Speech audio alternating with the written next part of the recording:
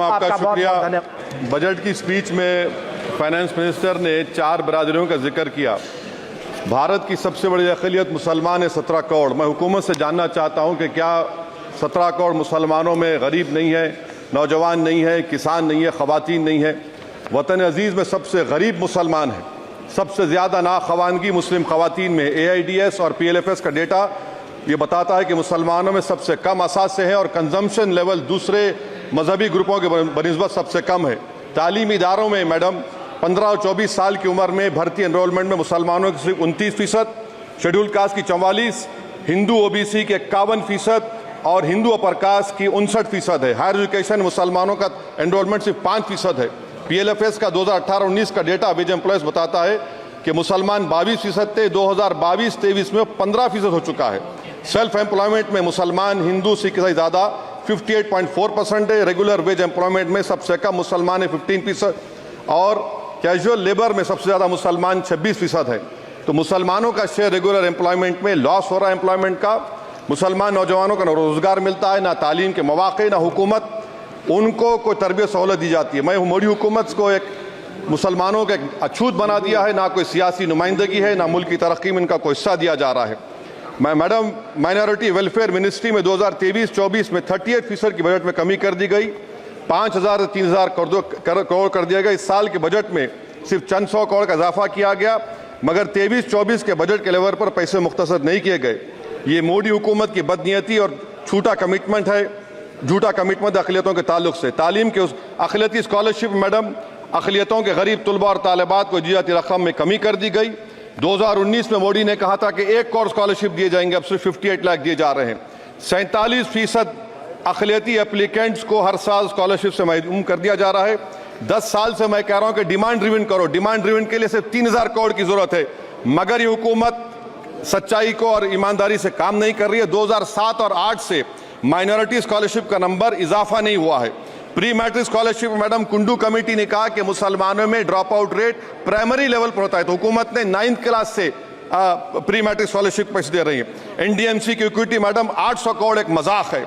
PMGAV के में 910 करोड़ दिए गए। सारी दुनिया जानती है कि जहां मुसलमान बसता है गांव में, शहर में, वो अंडर डेवलप एरिया है और आप मजाक करें ऊंट के मुंह में जीरा देकर। हज में 97 करोड़। हज कमेटी एक रुश्वत का मरकज बन चुका है। प्राइवेट टूर ऑपरेटर्स के एक लाइसेंस के लिए पैसे देना पड़ता है, बिल्डिंग सिलेक्शन के लिए पैसे देना पड़ता है, मीना मुजदलफा में कंपनी के सिलेक्शन के लिए पैसे देना पड़ता है। मैं हुकूमत से मुतालबा करता हूं कि ख़त्म किया जाए और CBI से इंक्वायरी करवाई जाए।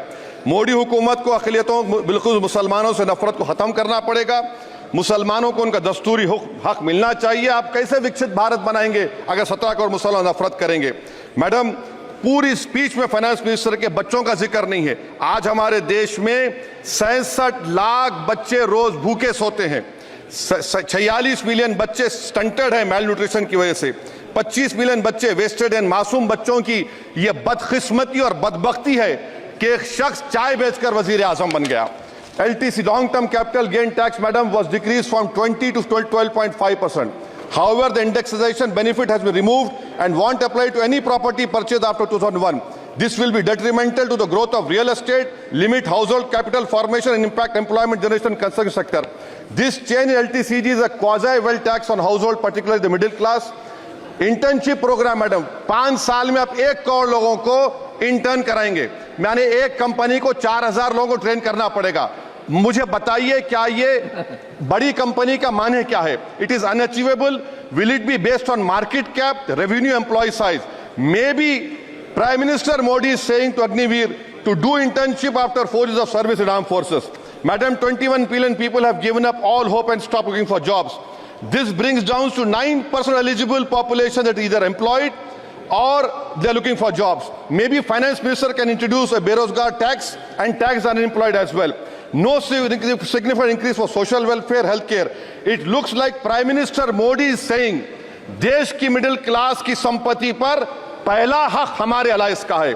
In real terms, when adjusted to inflation, the allocation of health ABPMJ has declined. Modi is saying he said heal in India during G20. The reality is India is hurting. Madam, this government wants to increase FDI from China. Is the Prime Minister not concerned that our armed forces cannot patrol 26 patrolling point out of 65 in Ladakh? Maybe the Prime Minister wants the Chinese monopoly Indian markets. Import from China have crossed 101 billion 2024.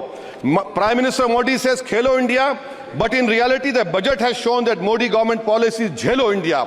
गरीब, middle class, farming, city developers, men and women सब मोदी को झेल रहे हैं. Madam, in the current financial year, in February 5th, 15,993 MSMEs have been closed. Total MSCs closed have 35,680. Andhra Pradesh bifurcation.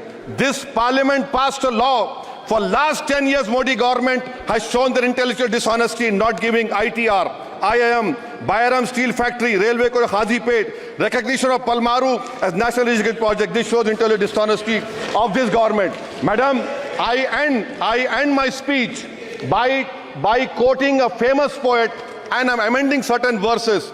133 crore इंसानों, जिंदगी से बेगानों, सिर्फ हुक्मरानों ने हक तुम्हारा छीना है. खाक ऐसे जीने पर यह भी कोई जीना है.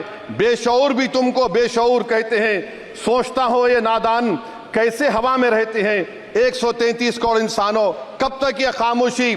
चलते फिरते जिंदानों, गरीब खवातीन, नौजवानों, किसानों से रोने की सदाएं आती हैं. जब शबाब पर आकर खेत लहलाता है, किसके नयन रोते हैं, कौन मुस्कुराता है?